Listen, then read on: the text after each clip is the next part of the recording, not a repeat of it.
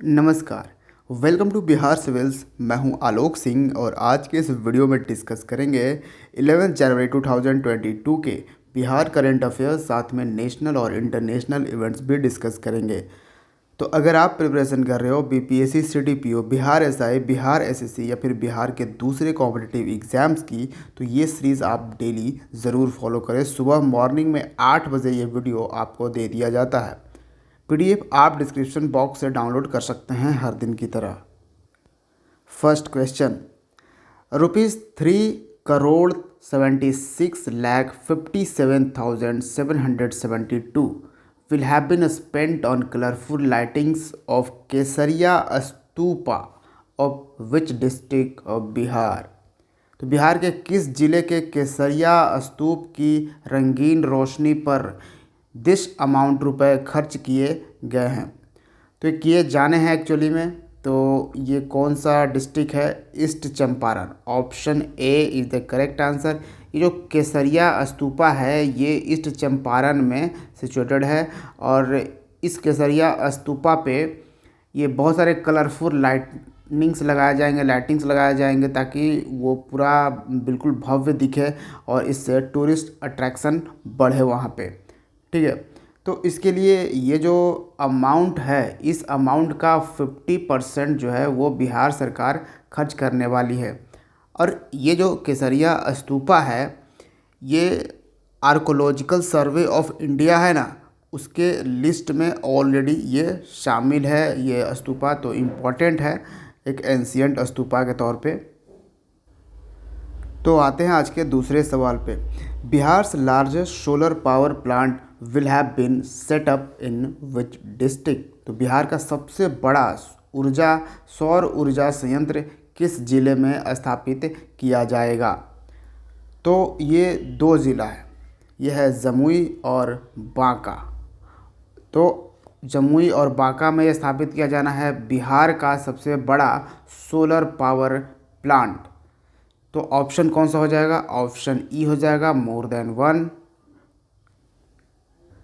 अब आप पूछोगे दोनों ही डिस्ट्रिक्ट में सेटअप किए जाएंगे सोलर पावर प्लांट, तो कौन सा वाला बड़ा होगा, कौन सा वाला बिहार का लार्जेस्ट होगा या कैसे होगा?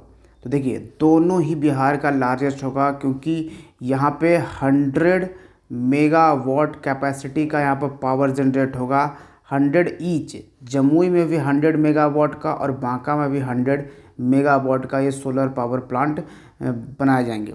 अच्छा, एक यहाँ से एक मोस्ट इम्पॉर्टेंट सवाल पूछे जाते हैं एग्ज़ाम्स में, वो क्या कि ये जो सोलर पावर प्लांट है वो कौन सी कंपनी बना रही है? तो यहाँ पे जो कंपनी बनाने वाली है वह है सतलज जल विद्युत निगम। ठीक है, सतलज जल विद्युत निगम ये सोलर पावर प्लांट जमुई और बांका में बनाएगी, जो कि बिहार का सबसे बड़ा सोलर पावर प्लांट होगा। तो ये तो था नॉर्मल सोलर पावर प्लांट, जो कि मोस्ट प्रोबेबली ये तो ज़मीन पे ये बनाया जाएगा। लेकिन एक होता है फ्लोटिंग सोलर पावर प्लांट, यानी कि ये पानी में किसी नदी वगैरह पे बनाया जाता है। तो जो फ्लोटिंग सोलर पावर प्लांट है, जो तैरता हुआ ये सोलर पावर प्लांट है, क्या ऐसा floating solar power plant Bihar में बन रहा है? जी हाँ, बिहार का पहला फ्लोटिंग सोलर पावर प्लांट बनने वाला है दरभंगा में। ठीक है, ये भी आपको याद रखनी है। और देश का सबसे बड़ा लार्जेस्ट सोलर पावर प्लांट कहाँ बनने जो फ्लोटिंग सोलर पावर प्लांट कहाँ बनने वाला है? तो अब हो गया है उड़ीसा में। वैसे पहले हम मानते थे ये बनने वाला है आंध्र प्रदेश में, देश का सबसे बड़ा फ्लोटिंग सोलर पावर प्लांट। ठीक है, वो आंध्र प्रदेश में हम कुछ टाइम पहले, लेकिन अब उड़ीसा में बताया जा रहा है कि देश का सबसे बड़ा फ्लोटिंग सोलर पावर प्लांट लगाए जाने हैं। Next, PM Modi has declared which date as Veer Bal दिवस।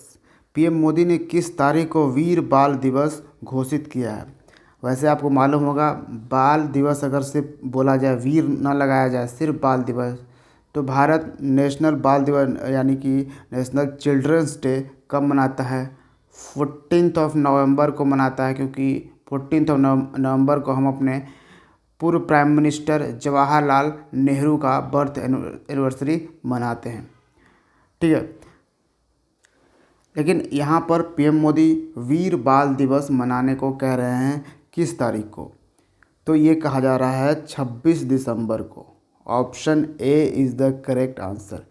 26 दिसंबर को क्यों वीर बाल दिवस मनाया जाएगा? तो देखिए, सिखों के जो 10वें गुरु थे, गुरु गुरु गोविंद सिंह, सिखों के 10वें गुरु हैं गुरु गोविंद सिंह, और ये अंतिम गुरु भी हैं। ठीक है, उसके बाद ये गुरु का जो पद था, ये जो पोस्ट था, एक तरह से वो हटा दिया गया है। अब ये लोग, जो गुरु गोविंद सिंह ने जो एक पुस्तक लिखी है, बस अब जो सिख धर्म में उस पुस्तक को पूजा जाता है, उस पुस्तक को एक तरह से रिस्पेक्ट दिया जाता है। तो गुरु गोविंद सिंह के जो दो बच्चे थे, इनके दो बेटे थे, साहिबजादे जोरावर सिंह, साहिबजादे जोरावर सिंह, और दूसरे थे साहिबजादे फतेह सिंह। तो इन दोनों को ना जिंदा दीवारों में चुनवा दिया गया था, बिल्कुल जिंदा ही। और उनकी डेथ हुई थी 26 दिसंबर को ही डेथ हुई थी, इसलिए इस दिन ये मनाया जाएगा, क्योंकि ये अपना फेथ यानी कि सिख धर्म छोड़ने से इनकार कर रहे थे, तो इन्हें ये दीवारों में चुनवा दिया गया था। तो उन्हीं की ये डेथ एनिवर्सरी पर ये पीएम मोदी ने वीर बाल दिवस मनाने की अनाउंसमेंट करी है, डिक्लेयर किया है। VK Bhawra has been appointed as DGP of which state? VK Bhawra को किस राज्य का डीजीपी नियुक्त किया गया? डीजीपी यानी कि डायरेक्टर जनरल ऑफ पुलिस। तो ये पंजाब के डीजीपी के तौर पर अपॉइंट किए गए हैं VK Bhawra. Option D is the correct answer. VK Bhawra 1987 batch के आईपीएस ऑफिसर हैं। ठीक है, ये याद रखिए। अच्छा, इन्होंने किसको रिप्लेस किया डीजीपी? इसके पहले कौन थे? सिद्धार्थ चट्टोपाध्याय।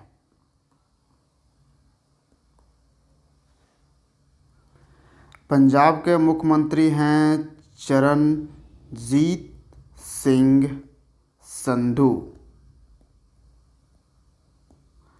और एक इंसिडेंट याद आ रहा है पंजाब से, हाल ही में प्राइम मिनिस्टर जिनको पंजाब के फ़िरोज़पुर में जाना था, ठीक है, फ़िरोज़पुर में, तो उनका सिक्योरिटी लैप्स हुआ पंजाब में, क्योंकि स्टेट पुलिस जो जिस सिक्योरिटी को संभालती थी उसको नहीं वो प्रॉपर संभाल पाई।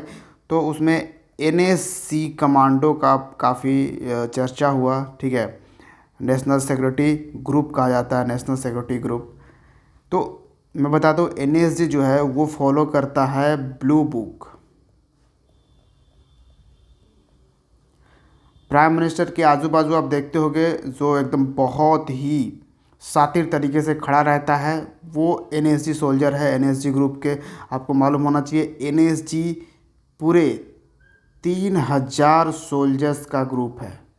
और ये 3000 सोल्जर्स की क्या रिस्पॉन्सिबिलिटी है? तो भारत के प्राइम मिनिस्टर को सिक्योरिटी प्रदान करना, प्रोटेक्शन प्रदान करना। ठीक है, तो एनएसजी ग्रुप भारत के जो भी प्रधानमंत्री होंगे उन्हें सिक्योरिटी प्रोवाइड करेगा। Doctor Jitendra Singh has inaugurated the 24th conference on e governance in which city? Doctor Jitendra Singh किस शहर में ई गवर्नेंस पर 24वें सम्मेलन का उद्घाटन किया है? तो डॉक्टर जितेंद्र सिंह ने किया है कहाँ पे, किस सिटी में? हैदराबाद में। Option B is the correct answer. आपको मालूम होगा हैदराबाद जो है तेलंगाना की कैपिटल है।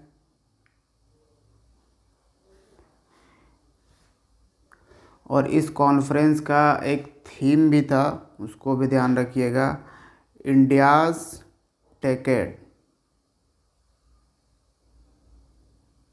India's techade digital governance in past pandemic world.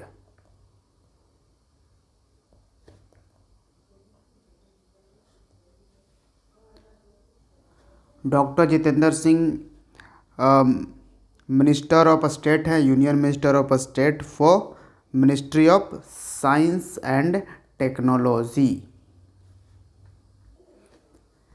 Telangana के मंदिर को हाल ही में यूनेस्को वर्ल्ड हेरिटेज साइट का दर्जा मिला है।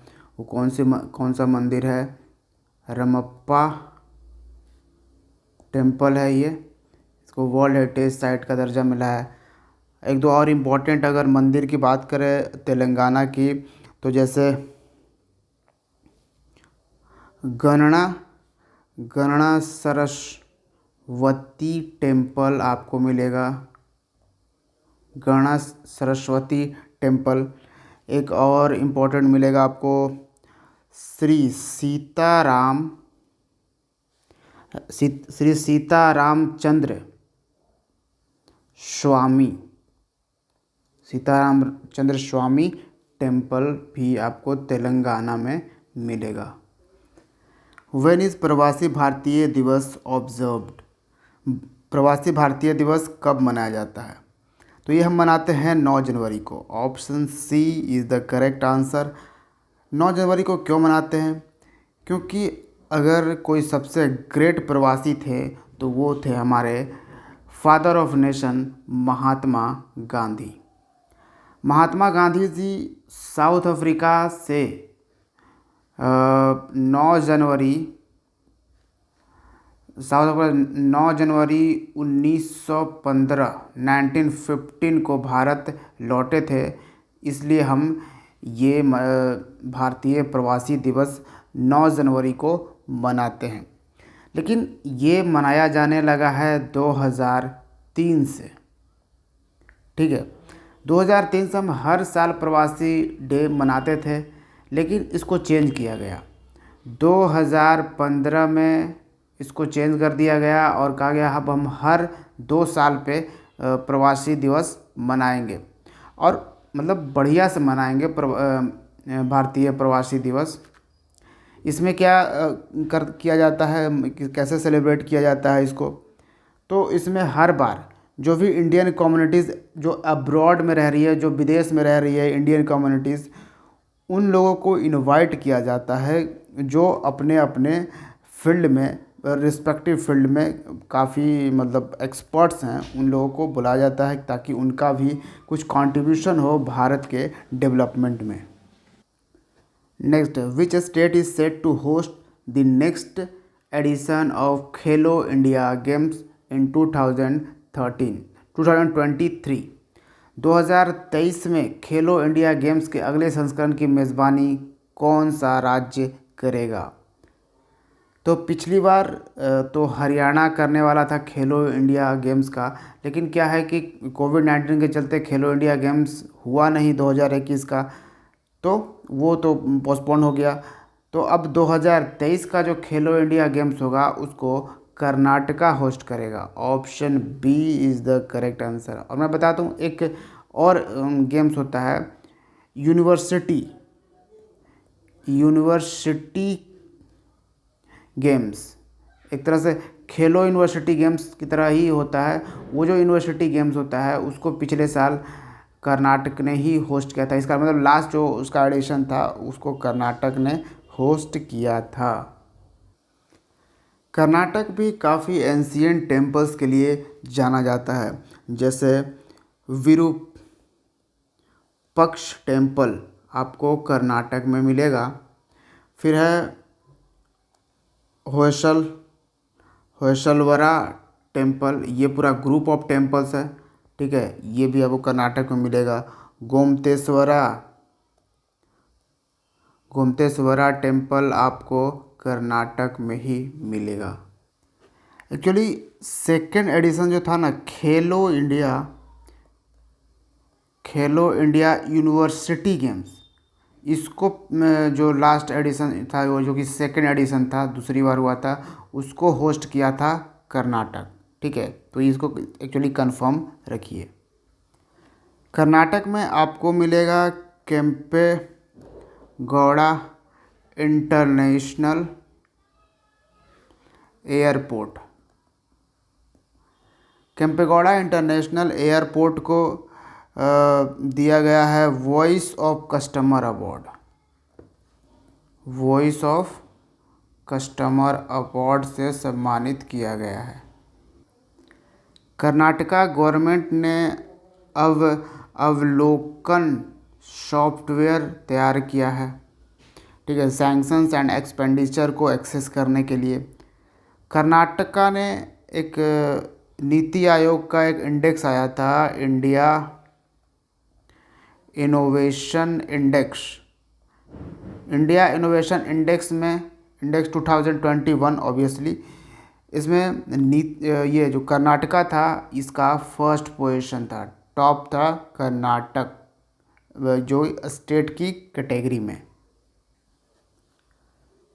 What is ovariopsis DiCaprio named after Hollywood actor Leonardo DiCaprio. Hollywood अभिनेता लियोनार्डो डिकैप्रियो के नाम पर ओवेरियोप्सिस डिकैप्रियो का नाम क्या रखा गया, ये क्या है एक्चुअली? तो ओवेरियोप्सिस डिकैप्रियो ये क्या है जिसका नाम लियोनार्डो डिकैप्रियो के नाम पर रखा गया है? तो ओवेरियोप्सिस डिकैप्रियो है एक पेड़ की स्पीसीज, ट्री है। Option C is the correct answer.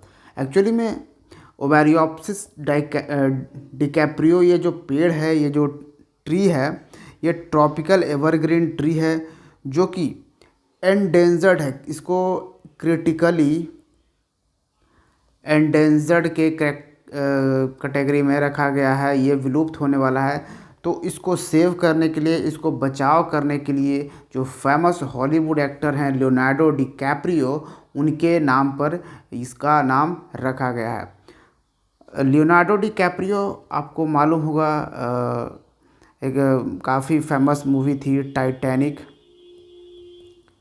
जो 1997 में आई थी।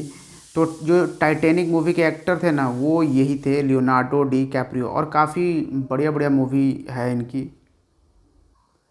Next question, Shefali Verma has been appointed as the brand ambassador of which bank. Shefali Verma को किसके ब्रांड एम्बेसडर के रूप में नियुक्त किया गया है? तो ये बनी है बैंक ऑफ बड़ौदा के brand ambassador. Option D is the correct answer. और देखिए शेफाली वर्मा कमाल की क्रिकेटर हैं। जी हाँ, कमाल की क्रिकेटर हैं। कैसे? 2019 की हम बात करें, 2019 में ये मात्र 15 साल की थी।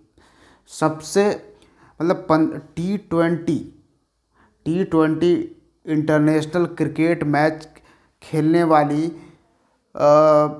यंगेस्ट विमेन प्लेयर थी शेफाली वर्मा 2019 में। बात 2021 की अगर आप करो तो 2021 में विमेन क्रिकेटर, ये पहली ऐसी विमेन क्रिकेटर थी जिन्होंने 3 छक्के लगाए टेस्ट मैचेज में। ठीक है, तो काफ़ी यंग एज से इन्होंने क्रिकेट खेलना शुरू कर दिया था। जैसे आप समझ सकते हो सचिन ने भी काफ़ी यंग एज से ये क्रिकेट खेलना शुरू किया था। Next, Which country has created world record by extracting 70 million degree Celsius energy from artificial sun?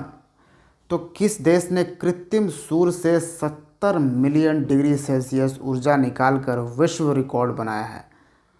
तो ये कृत्रिम, ये आर्टिफिशियल सन से इसने 70 मिलियन डिग्री सेल्सियस की एनर्जी इसने प्रोड्यूस की है। तो ये कौन सा कंट्री है? ये है China. Option B is the correct answer. आपको मालूम होगा 2 तरह के न्यूक्लियर रिएक्शन होते हैं, एक तो होता है फ्यूज़न और एक होता है फिजन। ठीक है, जो आप सन को जलते हुए देखते हो आग के गोले की तरह, उसमें कौन सा रिएक्शन होता है? फ्यूज़न रिएक्शन होता है। और ये जो फ्यूजन रिएक्शन करना आर्टिफिशियल तरीके से, अगर इंसान फ्यूज़न रिएक्शन करे तो ये काफ़ी डेंजरस होता है, इसमें काफ़ी खर्च होते हैं बहुत।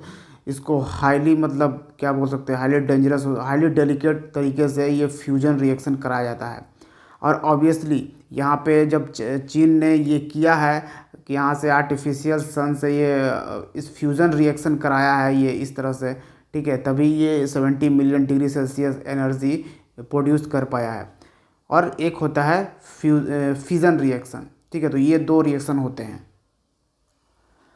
और ये चाइना का आर्टिफिशियल सन है, सूर्य है, उसका नाम है ईस्ट, यानी experimental advanced superconducting tokamak. Next है, which of the following nations will participate in sea dragon 2022 exercise. तो निम्नलिखित में से कौन सा देश सी ड्रैगन 2022 ये जो एक्सरसाइज है सी ड्रैगन उस अभ्यास में भाग लेगा। तो इसमें कौन सा देश है, तो इंडिया भी है, ऑस्ट्रेलिया, कनाडा, जापान, और इसके साथ साथ और भी दूसरे देश हैं जैसे यूएसए, साउथ कोरिया, ये सब देश जो हैं वो सब पार्टिसिपेट करने वाले हैं, क्योंकि ये मल्टी नेशंस एक्सरसाइज है sea dragon.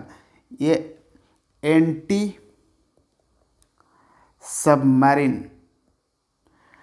Submarine warfare training है ये एक तरह से, ठीक है, तो ये याद रखिएगा क्योंकि ये सारे देश इसमें पार्टिसिपेट करने वाले हैं, ये सब देश।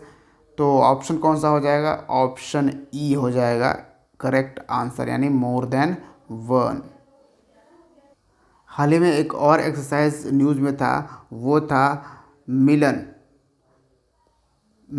एक्सरसाइज। तो मिलन एक्सरसाइज भी जल्द ही होने वाला है, फरवरी में एक्चुअली होने वाला है। तो ये मिलन एक्सरसाइज कहाँ पे ऑर्गेनाइज़ किया जाएगा, विशाखापट्टनम में, आंध्र प्रदेश में ये किया जाएगा। आंध्र प्रदेश का विशाखापट्टनम शहर में किया जाएगा मिलन एक्सरसाइज। और मिलन एक्सरसाइज में 46 कंट्रीज शामिल होंगी, ये भी एक मल्टी नेशंस एक्सरसाइज है मिलान। क्वेश्चन नंबर 12 एंड आज का लास्ट सवाल, who has taken over as the 20th IG of Assam Rifles. तो असम राइफल के 20वें आईजी के रूप में किसने पदभार संभाला है, तो ये हैं Vikas Lakhera. Option A is the correct answer. इन्होंने किसको रिप्लेस किया, तो मेजर जनरल वीपीएस कौशिक को इन्होंने रिप्लेस किया है। असम राइफल्स काफ़ी पुराना पैरामिलिट्री फोर्स है इंडियन आर्मी का। 1835 में ही इसको बनाया गया था, एक्चुअली आप कह सकते हैं ब्रिटिश शासन के टाइम में ही ये बनाया गया था। असम राइफल्स जो है भारत का बॉर्डर से सिक्योर करती है, प्रोटेक्ट करती है म्यांमार के साथ। किसके साथ, म्यांमार के साथ बॉर्डर का बॉर्डर। एसएसबी जो है, जो सशस्त्र सीमा बल है, वो भारत का बॉर्डर नेपाल और भूटान के साथ प्रोटेक्ट करती है, ठीक है। तो ये था आज का करंट अफेयर्स। उम्मीद है आपको पसंद आया होगा, तो वीडियो को ज़रूर लाइक कीजिए, यही हमारा मोटिवेशन है। Thank you for watching Bihar civil. See you in the next video. जय हिंद।